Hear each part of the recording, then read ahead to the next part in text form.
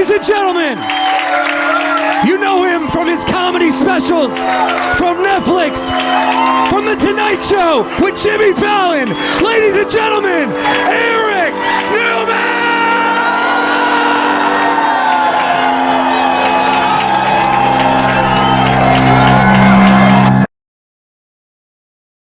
New York City, how we feeling? Hell yeah. Thank you so much for being here, man, at my home club, the Comedy Cellar, man. Thank you so much. God. Oh, God. Monday night, 10 p.m. Congratulations. You guys are the real alcoholics. Hell yeah. Hell yeah. You guys have great energy, though, dude. I've been doing the weirdest gigs lately. I performed a couple weeks ago for a 21-year-old couple's wedding, which your silence is correct. They're fans of mine from TikTok. They hit me up. They were like, it would be an honor if you performed at our wedding, bro. 21-year-old couple. And usually I'm against comedians performing at weddings, but hiring me was only the second biggest mistake they made that day. So, that should be the rule, right? If you're young enough to think hiring a comedian at your wedding is a good idea, you are too young to get married. Can we agree on that? Is that the barometer right there? I'm so lucky, though, man. I've been traveling everywhere for this job. I was in New Jersey last week. Don't go. And, there's no good part, guys. There's literally no good part. I was roasting this dude in the front row for a minute or two, and then I was like, wait, you look really familiar. Do I know you? And he goes, I was your principal in high school. I'm like, oh shit, that's right, it is you. He goes, yeah, Mr. Anderson. I was like, it's just Joe now, motherfucker. I'm a 37-year-old man. I was only calling you Mr. Anderson because I was a guest in your establishment. I'm no longer. You're Joe, bro.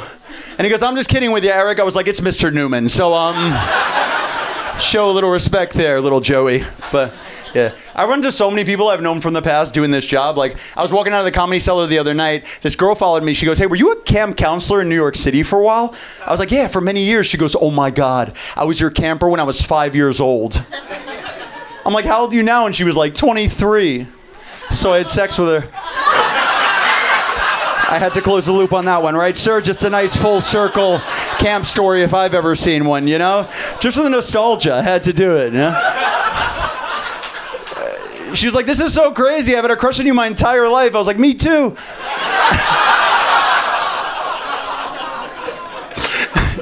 She goes, I can't believe we actually slept together, Eric. And I was like, it's Mr. Neumann. So, show a little respect there, young camper.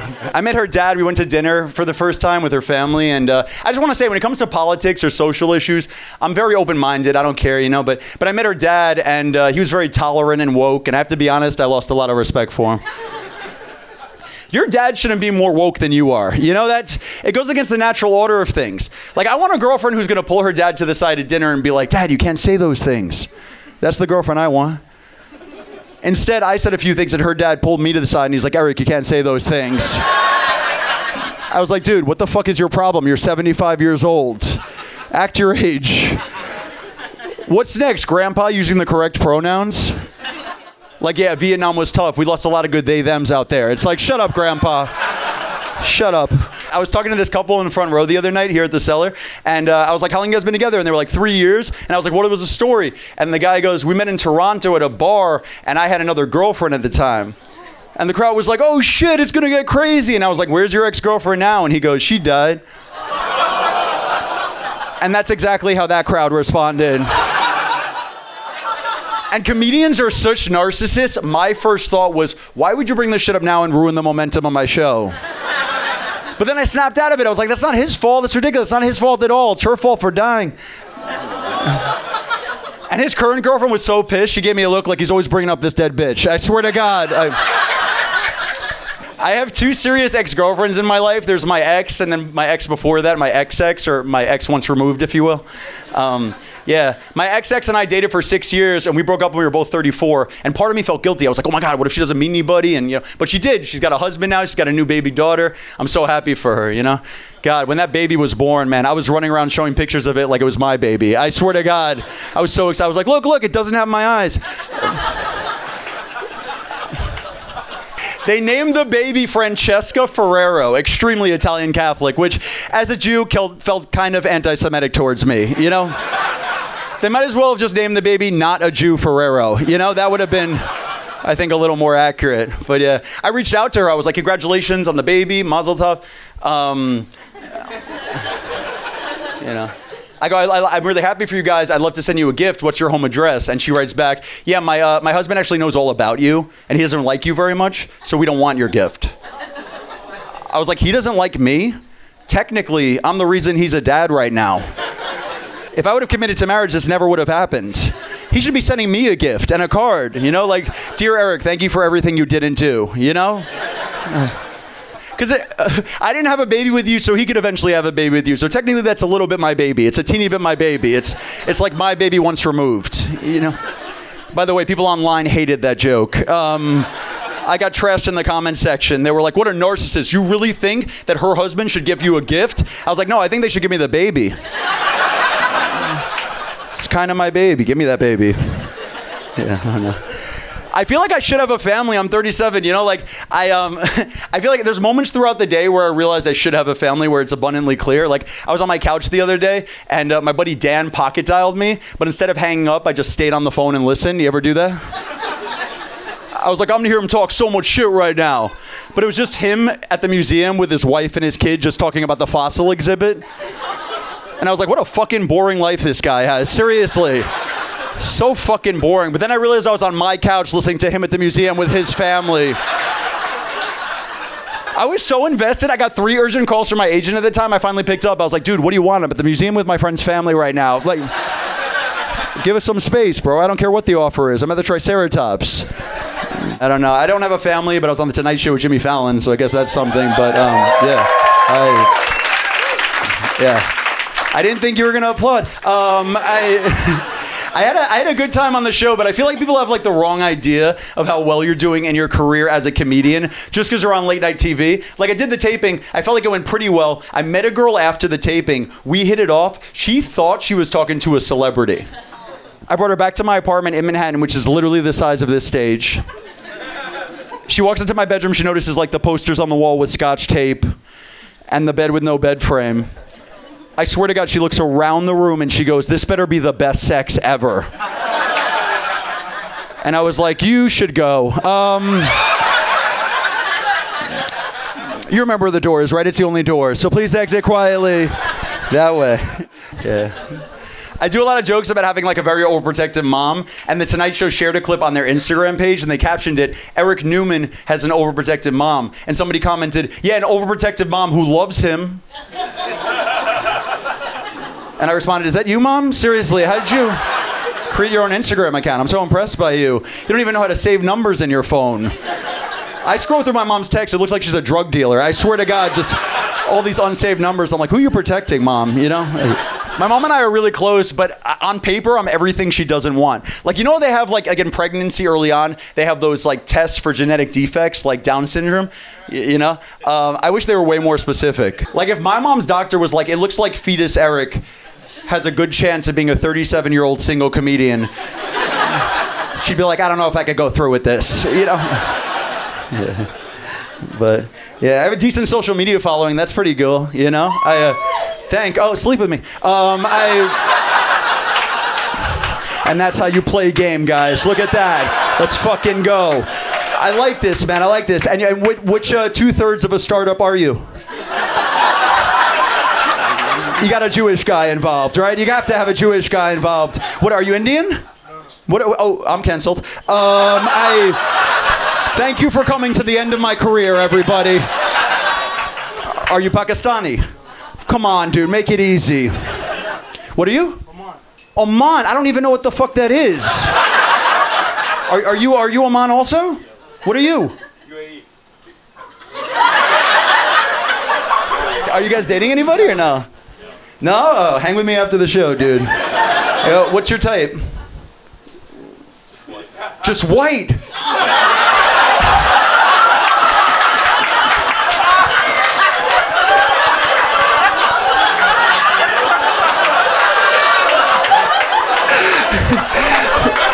Dude, you got options, bro.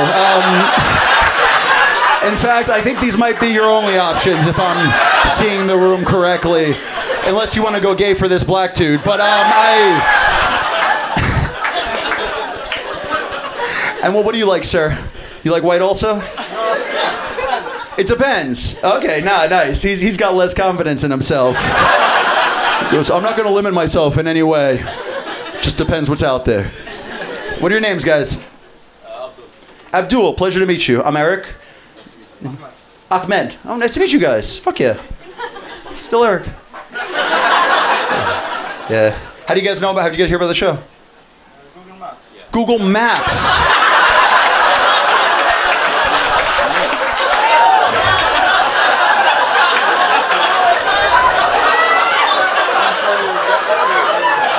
You know, I have to be honest with you, Ahmed. I've asked that question for 15 years in my career, and that was the most unflattering response I've ever gotten. So congratulations for standing out in a really shitty way.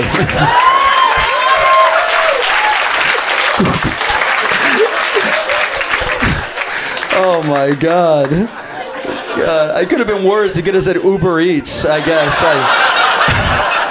I have a decent social media following. I feel like I hit the point where I should have somebody running my Instagram page, but I haven't hired anybody. So lately I've just been pretending I'm my own social media person. Just to look cool, you know? Like the other night, some girl DM'd me. She's like, Eric, I want you to know I think you're hilarious. And I was like, thank you for inquiring about Eric Newman's comedy. Someone from the team will get back to you shortly. I've been so used to talking in third person lately, it's kind of fucked me up. Like one night I was at a bar, this girl ran over me, she's like, Eric, I'm a huge fan. I just want to let you know your social media guy hit on me last night at midnight. I was like, I'll have to talk to him. He's always doing this shit, I swear to God. Let me guess, he sent you a dick pic also, right? By the way, what'd you think of the dick? Just out of curiosity, any thoughts, concerns, notes, I'll pass them along. Yeah. I get messages from fans sometimes and they're so flattering, but I don't always know how to respond. Like this guy DM'd me the other day and he goes, Eric, I've had the hardest year of my life and I watch your comedy and you're like therapy for me, man. I'm like, I really shouldn't be. You know what therapy for me is? Therapy. That's my you need professional help, dude. I'm way too narcissistic to be a therapist. Because he started telling me about his problems. He's like, yeah, my wife and I got divorced. She moved out of our house in Portland and went to Seattle. I'm like, oh my God, I'm so sorry. By the way, I'll be performing in Portland on August 16th. If your wife left you any friends in the divorce, please bring them to the show. Also, you said she moved to Seattle? He's like, yeah. I'm like, you guys still talking? He's like, yeah. I'm like, tell her I'll be there in November. Do you guys have any idea how hard I've had to work to become the first Eric Newman that pops up on Google? For years, this German psychologist was kicking my ass, dude. I do stand-up comedy every night. You Google Eric Newman, Google's like, did you mean the German dude who died 350 years ago? The surely much more relevant Eric Newman? There's so many German Jewish Eric Newmans, that's the problem. Could you imagine if the Holocaust didn't happen?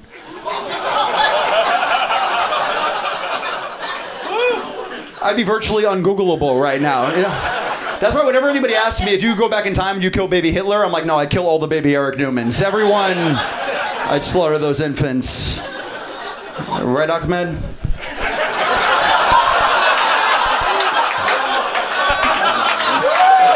Whether you agree with it or not, that was a perfect line. And Ahmed's laughing, but it's evil. No. You ever get stuck in an elevator, Ahmed? Nah. Should have just said yes, because that's where the joke's going. But, yeah. I got stuck in an elevator in Atlanta, dude. I'm so claustrophobic. Oh, God, dude. I was scared as hell. I got stuck with my buddy Zach, and, man, I was scared. I freaked out. I tried to pry the elevator doors open. It didn't work. And then I turn around. Zach's in the corner listening to music, bobbing with headphones. And I'm like, dude, we're not having a good time right now. We're not, like, whatever. I had 0 battery. I lost battery on my phone. He had 4% battery. I'm like, dude, we have to save the battery to call the cops. And he goes, dude, we can't call the cops. I have way too many drugs on me right now. I'm like, so I press that operator button. You ever do that? The woman comes on. She's like, hello? I'm like, hi, miss. I'm stuck in an elevator and I'm really scared. She goes, don't worry, sir. Just calm down. And whatever you do, do not try to pry the elevator doors open. I'm like, that wouldn't even occur to me. She goes, I'm going to hang up and get some help. I was like, yo, you don't understand. I'm deathly claustrophobic, and I need you to stay on the phone with me. And I believe I used the phrase, my girlfriend just left me. I don't want you to leave me too. And she goes, okay, sir, I'll stay on with you. I was like, thank you so much. What's your name, by the way, darling? And she goes, you could call me operator 3274. I'm like, okay, so not darling. That's fine. And I go, who am I talking to, by the way? Like the police department, the fire department? She goes, no, this is Schindler Elevator Service. Don't worry, someone's on their way to help you. And I was like, oh my God, just another time that Schindler came to save one of us. Yeah. The firefighters showed up. They got into the elevator by prying the doors open. See, I knew I was onto something. And I must have looked like I was stuck in a fire, honestly. Because in my mind, I was in there for like 72 hours, no food, no water. The firefighter was like, you were in there for 18 minutes. So I fell into his arms and I was like, my hero. And then Zach ran away with all the drugs. So overall, a pretty good day. But yeah, I'm traveling a lot, man. I just got my driver's license 3 months ago. And when the left side finally applauds, it's the only time in my set where it feels like I'm special needs. Oh my God, you did it. You got your driver's license. We're so proud of you, and this is our time specifically to show it. No, I got it 3 months ago, ladies. I'm excited, dude. I really am, you know? Got my driver's license, and yeah. Took 18 lessons with my driving instructor, which my mom calls not enough. But yeah, and then I passed my road test, but I haven't been behind the wheel of a car since. And the other day I called my driving instructor and I was like, hey man, I want to rent a car to go to the Hamptons next week. Can we just do like 1 more hour refresher course? So we hung out for the hour, and then he looks at me and he goes, yeah, I highly recommend you do not rent a car next week to go to the Hamptons. And I go, what are you talking about? I have my driver's license. I can. He goes, I know technically you can, but you really shouldn't. And he's right. I'm not confident. You know, it's just all the turning, you know, and the steering. You know, it's a lot to remember at once. You know, but I want to be able to go places. So I just booked a mini vacation for me and my driving instructor. We're going to go away 48 hours by the hour. I'm going to pay for 2 nights at the hotel for him. And he's like, sure, I'll go, but why don't you ask one of your close friends? I'm like, none of them will get in a car with me. My cousin actually used the phrase, I can't go, I have a daughter. Which, yeah. 18 lessons with Vince, my driving instructor. Yeah, he's Asian. And, well, that guy's racist. I just said his ethnicity. This guy jumped to his own racial conclusions. Yeah. 18 lessons with Vince, and then I took the road test with a completely separate guy, which kind of felt like having sex with my second person ever. Yeah. I was like, that's not how Vince does it. Yeah. And the guy I took the road test with was a black guy, so I went from an Asian guy to a black guy, which is quite a jump, you know? The black guy could tell I was nervous. He's like, I thought you said you had experience. I was like, nothing could have prepared me for this. I thought I knew what driving was, but this feels completely different. I mean, you're so good, I'll never walk again.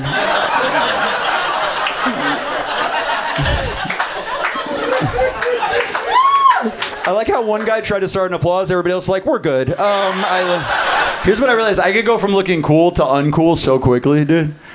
I was in Boston a few months ago, and this guy came up to me after the show. He goes, dude, I'm a huge fan of yours. I actually have a plan on Tuesday to get your name tattooed on my arm. I was like, you serious? He's like, yeah. I'm like, yo, send me the picture. I'll share it on social media. Thank you. And I walked away from that interaction. I was like, I can't believe I'm at the point in my comedy career where somebody's going to get my name tattooed on their arm. And then I didn't hear from him for a week. So I followed up, and I was like, hey, man, whatever happened to that tattoo thing? And he was like, I actually had a busy week. I'm going to do it next week now. And I was like, that's cool. Let me know. And he's like, I will. And then I didn't hear from him again. And I followed up and I was like, hey man, question mark, that tattoo thing. And then he didn't respond. And I was like, dude, did I do something wrong here? Like, and then he didn't respond again. And I was like, dude, I'll do anything to make this better. Just tell me what to do. So anyway, I just got a tattoo of his name on my back. And I'm going to share it with him. I hope he shares it on social media. I'm very relaxed right now. I'm extremely relaxed. I got the best massage in the world last week, dude. I was in Vegas. I went to the Wynn Hotel. You ever been there? Oh, God. My buddy's like, yo, you got to go to the Wynn. I land in Vegas. I call up immediately. I'm like, hi, do you have an appointment for 2 p.m. today? And the woman on the phone goes, sure, would you like a man or a woman to massage you? And I was like, I have to be perfectly honest with you. I don't really like the idea of a man rubbing me all over my body, but I like the idea of the strength and pressure of a man. She was like, sir, would you like a man or a woman to massage you? And I was like, I'll take a woman, but do you have any trans women? Plus, they're great at happy endings because they used to be us, so they know.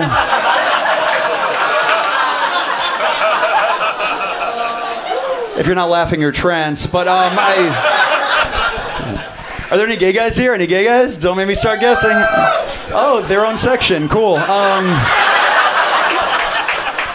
It's kind of bullying, actually, but yeah. Good for you, gays. Fuck yeah. Whatever your sexual preference is, I fully support it. Do your thing. Can we just all be honest about it? That's the only thing, you know? Let's just be honest about it. Because my buddy Fred, he's been married to a woman for a year. The other night we got really drunk and he goes, bro, I never told you I had a gay experience one time. And I was like, well, what happened? He goes, well, a few years ago, I was really lonely one night and I went on Tinder and I went to the gay section and I met some dude and he came over and he gave me a hand job because I was so lonely. And all I was thinking was, I've been lonely.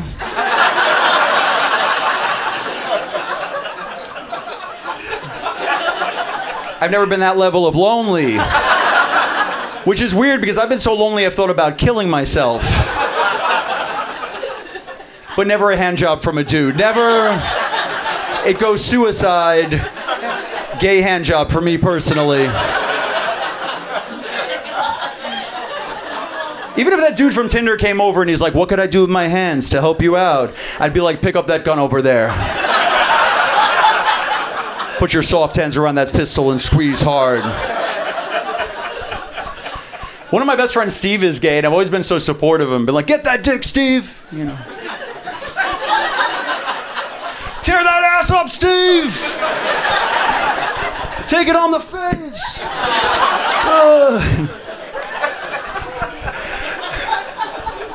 That's how I'd suck a dick. You'll find out, Ahmed.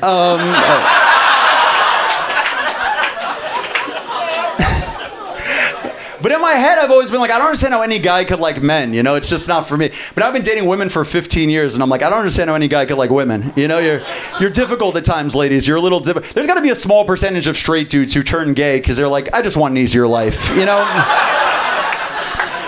Because anal sex must be painful, but it'd be nice to finally have a partner that could hit back. You know, that would...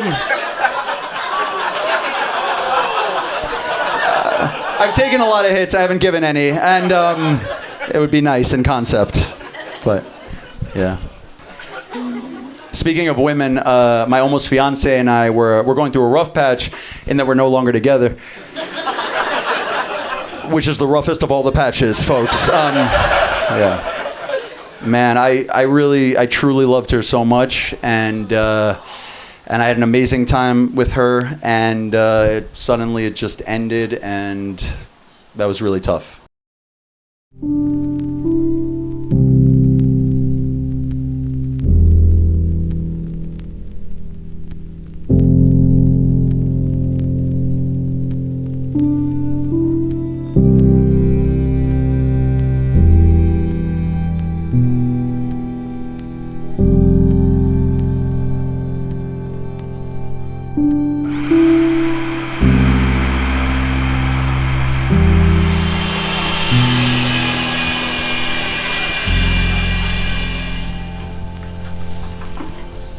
So we upped the production value. Put a lot of money into this. Oh, man. I was about to get engaged, and yeah, I had the engagement ring at the jeweler, and I took a long time to pick it up, and she could tell I was having cold feet, and we got into an explosive fight, and she broke up with me, and that was it. Yeah. I gave her an engagement ring, which was within my budget, so I gave her grandmother's ring. Craziest part is her grandmother's still alive, but one day I was just like, give me that, grandma, you know, it's mine now, bitch.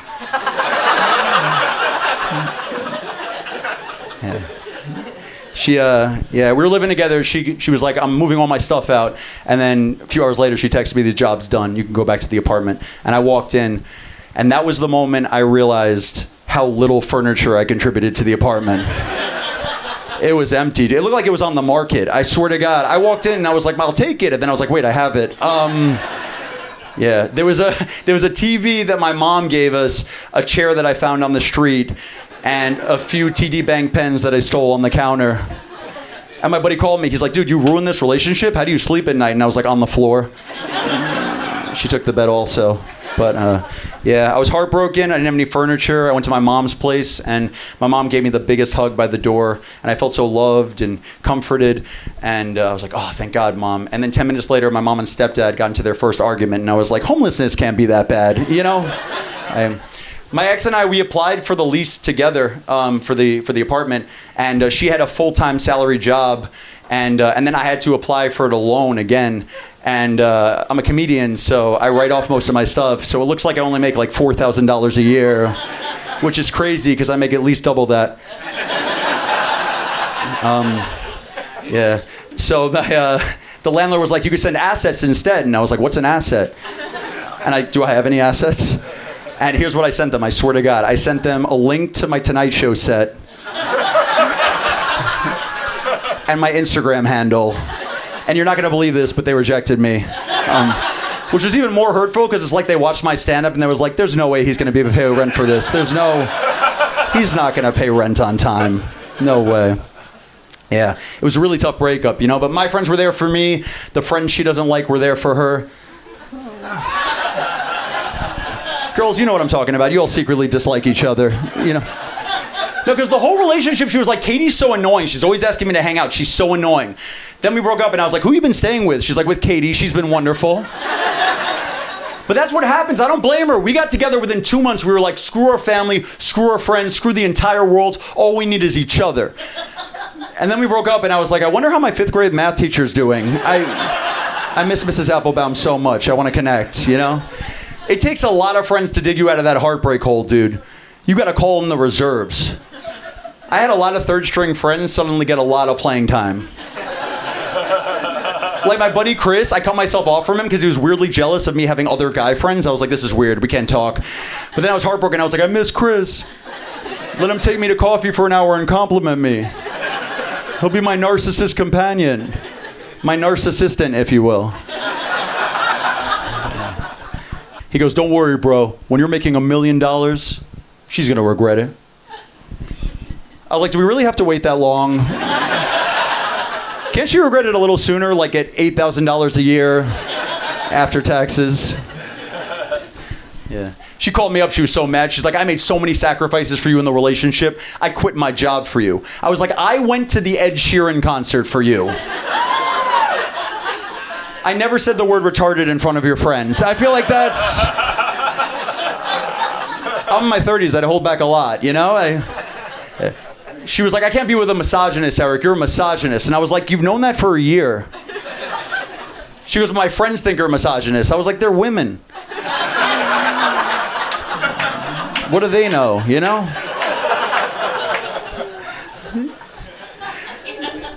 This is not the time for the left side to erupt, I guess. I had to cope, though, man. I was so hurt. I booked a nationwide tour and with all my comedian friends. And, yeah. It's crazy how quickly life could change. 1 second, I'm sharing a bed with a woman I'm sure I'm going to spend the rest of my life with. And a week later, I'm sharing a twin bed with my friend Zach and all his drugs.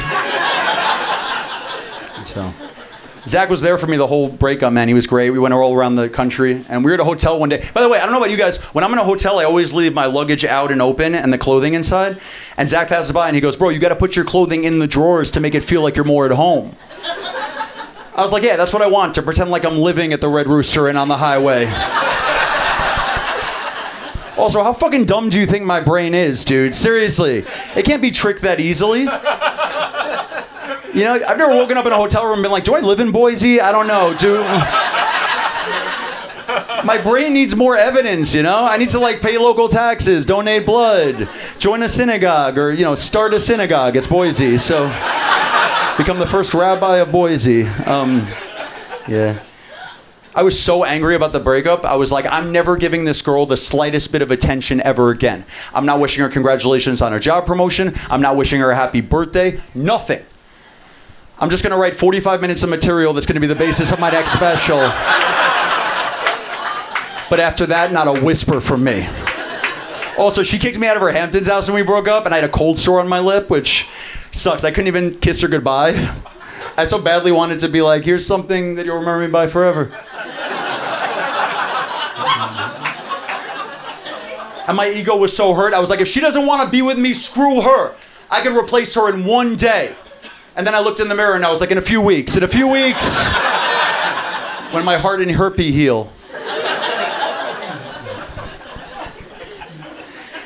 Yeah, Yeah, but you gotta look like you're thriving in a breakup, dude. You gotta look like you're killing it, man. You really do. We went for that closure meeting. You ever do that? You're like, let's be sad one more time for absolutely no reason.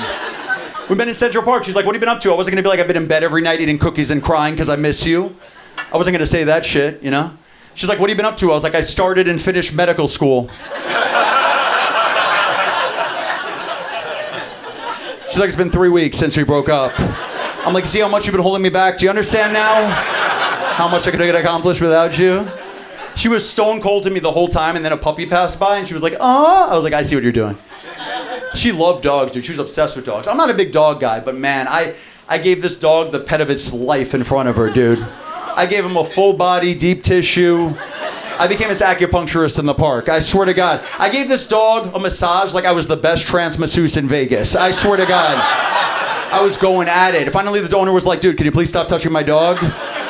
I was like, I'm sorry, I'm just a wonderful guy with a lot of love to give. He goes, seriously, stop touching my dog. I'm like, not until she gets back with me. And then I jerked it off, you know.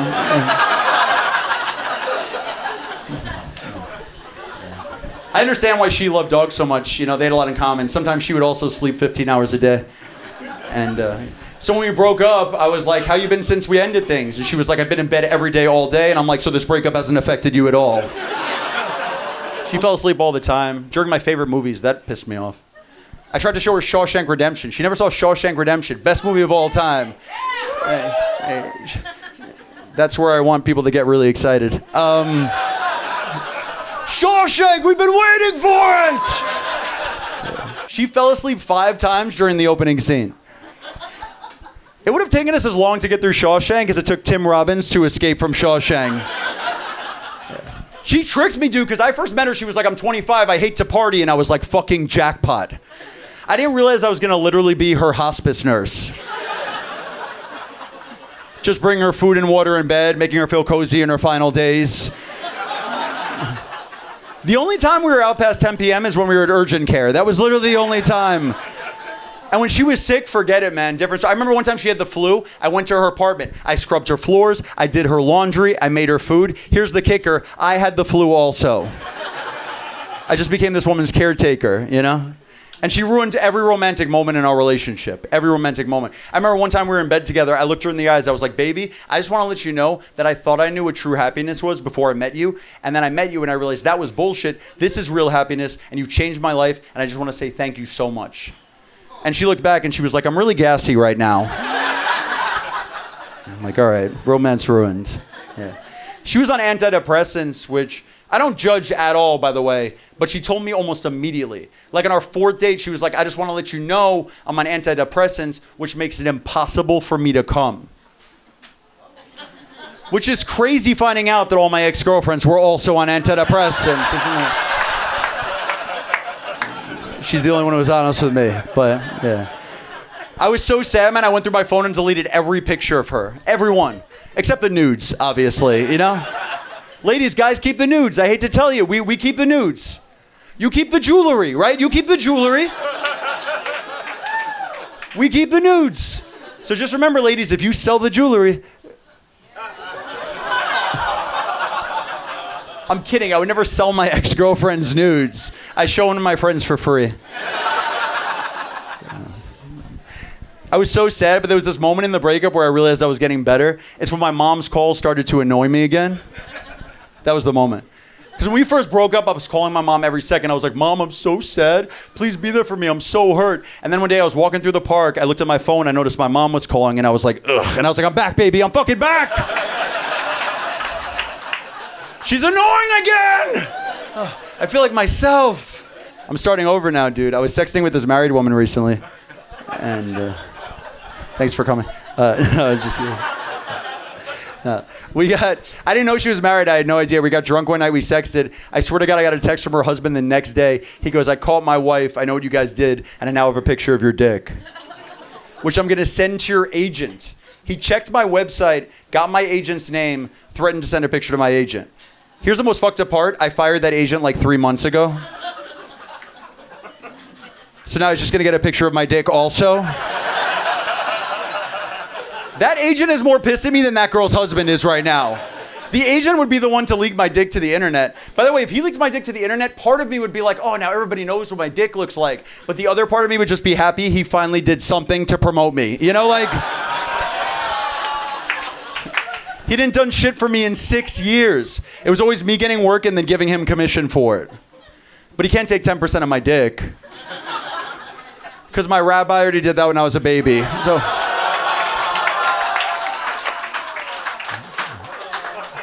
Even if my ex-agent reaches out and goes, why am I getting pictures of your dick? I'm going to be like, thank you for inquiring about Eric Newman's comedy. Someone from the team will get back to you shortly. By the way, what do you think of the dick? Just out of curiosity, you guys have been fucking amazing. Thank you so much, man.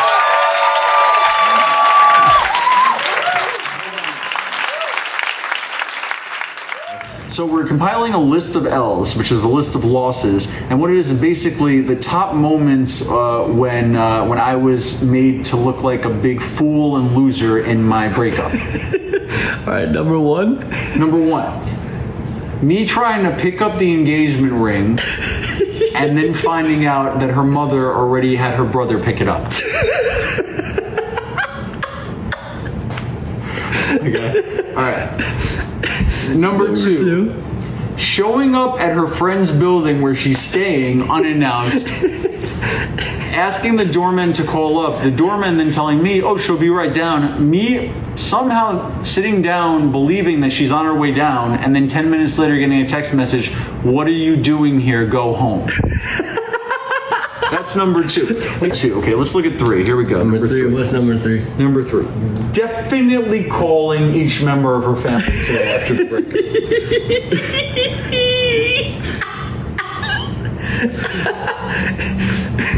Calling every member of the family, dude? Yeah. To no avail. Somehow no one was available for pickup. Yeah. Okay. Number four. Do we have a fourth? I think we do. Oh, right. Right. Telling her that I never want to see her again. On the phone call, right? Yeah. You go, I never want to see you again.